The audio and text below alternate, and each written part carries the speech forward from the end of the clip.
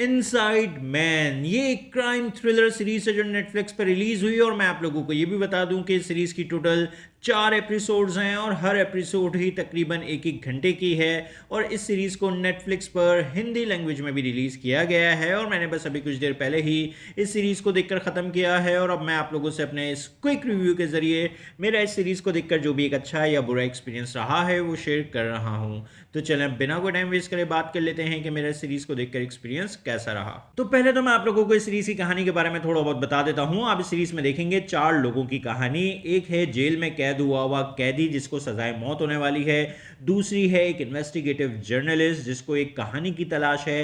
तीसरा है एक चर्च का प्रीस्ट यानी पादरी। चौथा है उस प्रीस्ट के बेटे की टीचर। ये 4 लोग एक ऐसे हालात में फंस जाते हैं जिसमें किसी एक की मौत का होना पक्का है। और अब ऐसा क्यों और कैसे है ये सब जानने के लिए आपको देखना होगा इस सीरीज को। अब बात करेंगे मेरा एक्सपीरियंस इस सीरीज को देखकर कैसा रहा। तो ये एक बहुत ही स्टूपिड और इलॉजिकल सा शो है। इस शो की कहानी में इतने बड़े बड़े लूप होल्स हैं कि मैं ये शो थोड़ा भी इंजॉय नहीं कर पाया।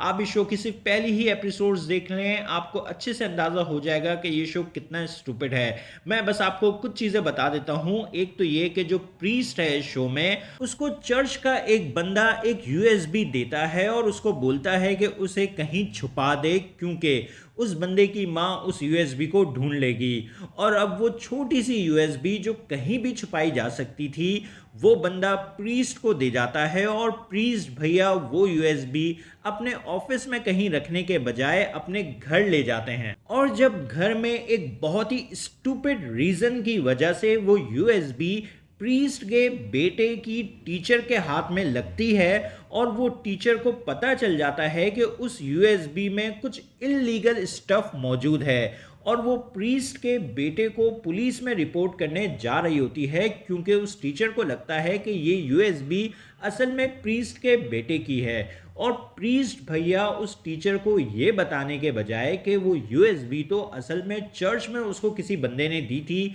और अगर इस यूएसबी में कुछ भी इलीगल है तो साथ में मिलकर पुलिस के पास चलते हैं और उस आदमी को पकड़वाते हैं जिसकी असल में ये यूएसबी है। लेकिन नहीं, हमारे प्रीस्ट भैया तो स्टूपिड हैं। वो टीचर को सच बताने के बजाय ये बोल देते हैं कि ये यूएसबी तो उनकी अपनी है और इसमें जो कुछ है वो भी उनका है। और इस बात पर वो टीचर से लड़ने लगते हैं। और अब ऐसा वो क्यों करते हैं ये बात बिल्कुल ही समझ से बाहर है। मतलब प्रीस्ट को ये पता है कि वो ऐसा कर कर अपनी फैमिली और अपने बेटे को खतरे में डाल रहे हैं और जिस चर्च वाले बंदे का गुनाह वो अपने सर ले रहे हैं उस बंदे से भी उसका कोई ऐसा रिलेशन नहीं है जिसकी वजह से वो अपनी फैमिली को खतरे में डालें। लेकिन फिर भी वो अपनी फैमिली को खतरे में डाल देते हैं। और अब वो ऐसा क्यों करते हैं ये मेरी तो समझ से पूरी तरह से बाहर है। और इसके अलावा भी इस शो में और भी बहुत सी इलॉजिकल चीज़ें आपको होती देखने को मिलेंगी जिन पर मैं बात कर सकता हूं।